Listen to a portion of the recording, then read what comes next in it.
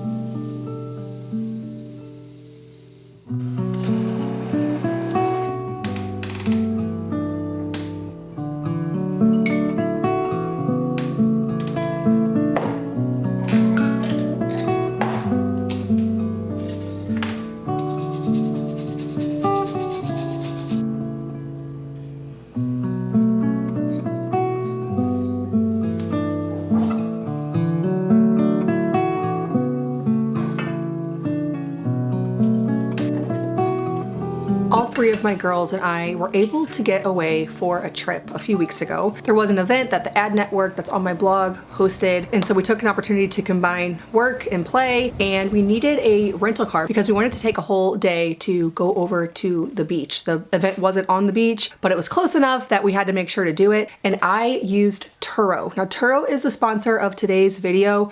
I have used Turo before they sponsored my channel, and I just love how convenient it is. So Turo is the better way to rent whenever you need a car. What I loved about this experience was instead of going and waiting in rental car lines, we actually just got the text from the owner of the car that it was in a certain spot in the parking garage. It happened to be right outside of where we came out. So we got off the plane, went right to the car in the parking garage, got in it and left, as opposed to all of the paperwork and the long lines. It's super easy. And one of the things I really love about Turo is when we travel as a large family, we usually need a specialty vehicle that a lot of rental cars only have a few of. In fact, one time we got a rental car, we rented a 12-passenger van, but when we got there, they didn't have it. So they gave us 2 vehicles instead, but we had to separate. Whereas when we rented with Turo on our trip to Florida a few years back, we got the 12-passenger van that we requested. The brand has reinvented the rental car experience as we know it by creating a marketplace of hundreds of thousands of vehicles listed by a vast network of local hosts across the US, Canada, UK, France, and Australia. By removing the hassle and rigidity of traditional car rentals, Turo gives customers the freedom to choose the exact vehicle they want, pick it up where it's most convenient, and keep it for as long as they need. You can pick it up from a nearby host, have it delivered, or pick it up at over 170 airports across the US and Canada, whatever's easiest. Renting a car with Turo is super easy. You just put the location where you're going and the parameters for the type of vehicle that you need, and you can find the perfect vehicle for you and your trip. This year, rent a spring break ready car, not a rental car. I will leave the link to Turo in the description box below. I will also leave this QR code right here. Again, thank you so much, Turo, for sponsoring today's video. This morning, I mixed up 2 different types of bread dough, both with 100% whole grain. One of them is the hot cross buns recipe over on the blog. The other is my brioche recipe, but I'm going to turn it into Easter bread.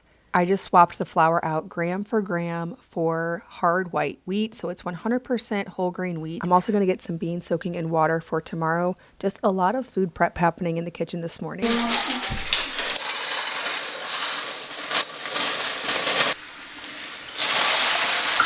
With sourdough, I really love making several different types of dough, or at least 1 or 2 at one time. The reason I like that with sourdough, and the reason I think sourdough is so much easier than yeast, this is maybe a hot take, I don't know, is because it can be a slow process. I don't have to get my hands in there, knead each dough until the gluten's fully developed.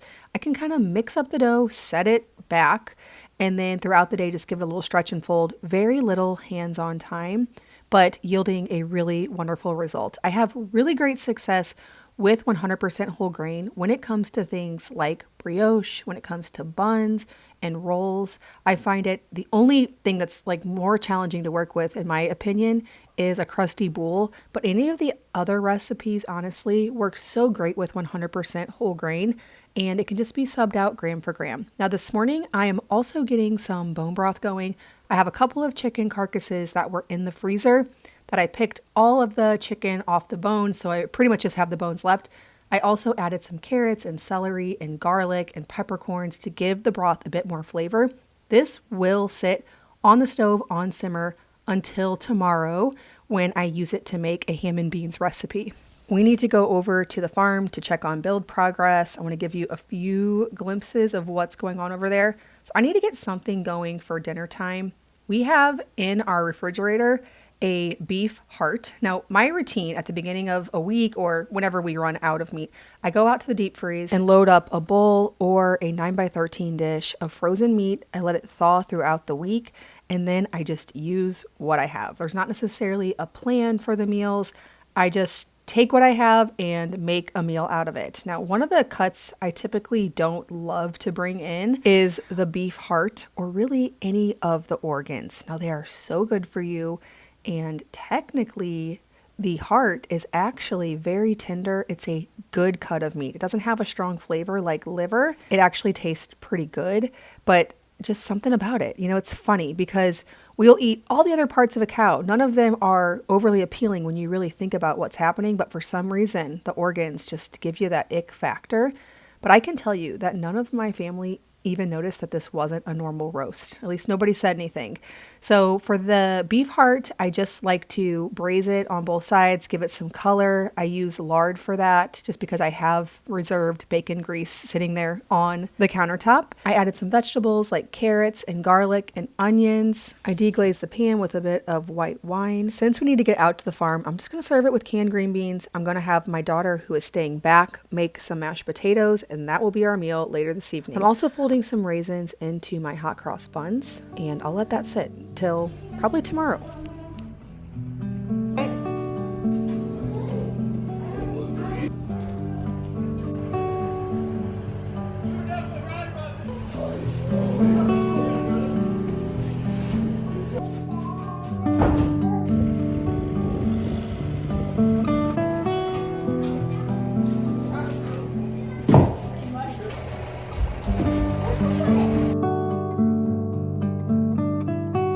You can see we are finally getting close on our farmhouse build. If you're new around here, we are building what I am calling a new old house. So I'm taking a lot of effort to make our new house look like an old farmhouse. It's been quite the project.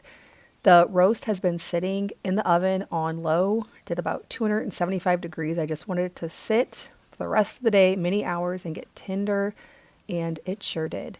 Like I said, no one noticed that they were eating a beef organ. Not that I'm really sure any of them would have cared, but it was very good.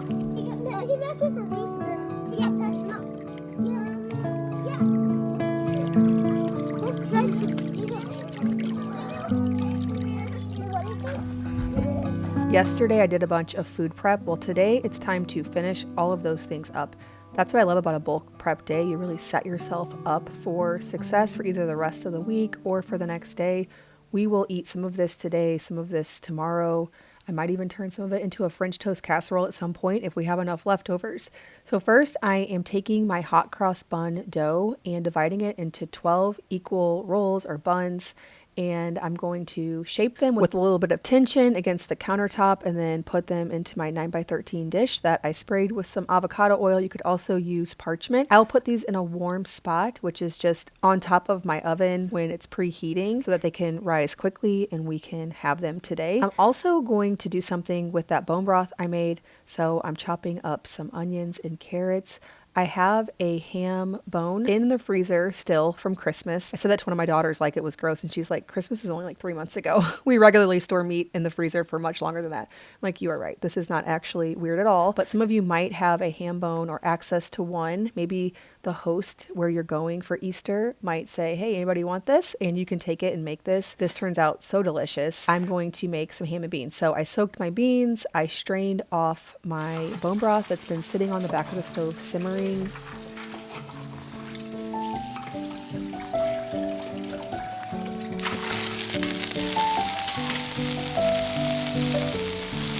added my rinsed beans that have been soaking for about 24 hours and the ham bone with all the little bits of ham on it. I'm overflowing my pot almost here, but I will liberally salt this and pepper this. I'll let it sit with the lid on simmer so that all of that ham meat gets released from the bone so I can pick off the ham. It will also make a more nutrient dense bone broth because that ham bone is sitting in there as well, and all of the beans will cook in that delicious flavor. Now I'm going to finish up this Easter bread. This is a new concept to me. One of my friends told me about it, and so I saw a few images online, and it looks like it's basically just a brioche dough. So I used my exact brioche dough recipe over on farmhouseonboone.com, except for, of course, subbing out that 100% whole grain instead of all-purpose flour. Otherwise, the exact same recipe. I also did do stretch and fold instead of using the mixer. And I let it ferment a while and then put it in the fridge last night because it was kind of hot in our house and I was afraid it was going to over ferment. So all of those things. And then I hard-boiled some eggs and put them in some of this natural dye. Now, spoiler alert, they didn't end up working. Only the red really worked on these farm fresh eggs that are very, dark color. They're not white. So the lighter colors didn't work. I also don't know what was happening with my brain when I divided this into 4. I just laughed at myself and then cut that 4th one up and added it to the other 3.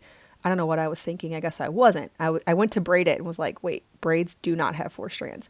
But still made it work. Still turned out really beautiful in the end. Basically what you're going to want to do is divide the brioche dough into 3 and then roll them into long little tubes, braid them together, make them into a wreath. It does not have to be perfect for it to turn out really beautifully. Next, I added all of my red eggs to it since that was the only color that worked. Although I do think they turned out so beautiful because there's still a color variation since they are farm fresh eggs in all different colors. So they're kind of just different shades of the same color. And I think they turned out really beautiful. And then I'm going to put this in a warm place also and let it rise until about doubled. In the meantime here, I'm going to see if my ham has cooked enough to be able to easily remove it from all of the bones. We're really going to have an Easter feast today. This recipe for ham and bean soup is over on the Farmhouse on Boone blog. It's very flavorful with a bit of an addition of Dijon mustard and some thyme. My kids actually really love this meal. It's salty and flavorful. It has the beans in it, which they like. It's not something I would make every single day, but when we have it, they really love it. It's also really great with cornbread, especially if you're making this for a winter meal and you want that hearty, comforting food. My Easter bread has risen until doubled, so I am going to make a little egg wash here with some egg and cream. Now, since I doubled up on the dough today, I can use the same egg wash for my hot cross buns as well.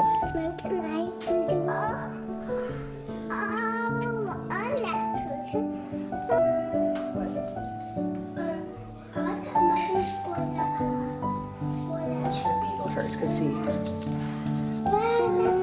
Now this does traditionally have sprinkles and it was fun. Everybody thought it was so beautiful. Oh, can I do it? I want to do some. You gotta be really gentle because what if we deflate them? Mom, I would Go ahead. gently.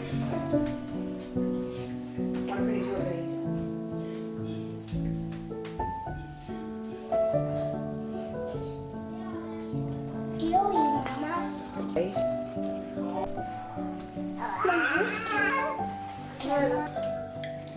Got to throw a little water in it too. We made a little mixture of apricot jam and water so this glaze could go on top of the hot cross buns when they come out of the oven. That put some in the okay.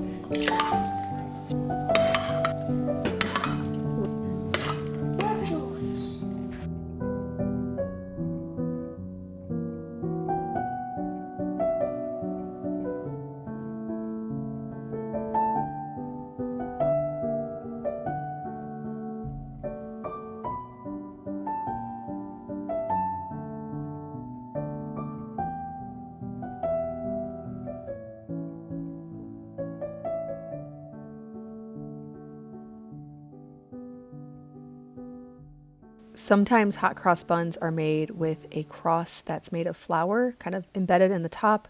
That's a great way to do it. I like to just make a little concoction of powdered sugar and cream so I can easily pipe the crosses on top. It's a fun thing that we like to do. It's a tradition that we have for Easter time. They taste so good with that apricot jam on top. They're especially delicious warm. Now, if I have some leftovers of either of these breads, they make really great French toast or French toast casseroles because they're that nice, soft bread, not like a crusty bread, nice, soft bread with that whole grain texture. Just delicious. Thank you so much for joining me in my kitchen this week. I hope you all have a wonderful Easter. Stay tuned because my very next video is going to be a house update. We've made so much progress even since filming this video, and I cannot wait to share everything with you. It's really starting to look like something now when we're adding things on the inside. Just can't wait.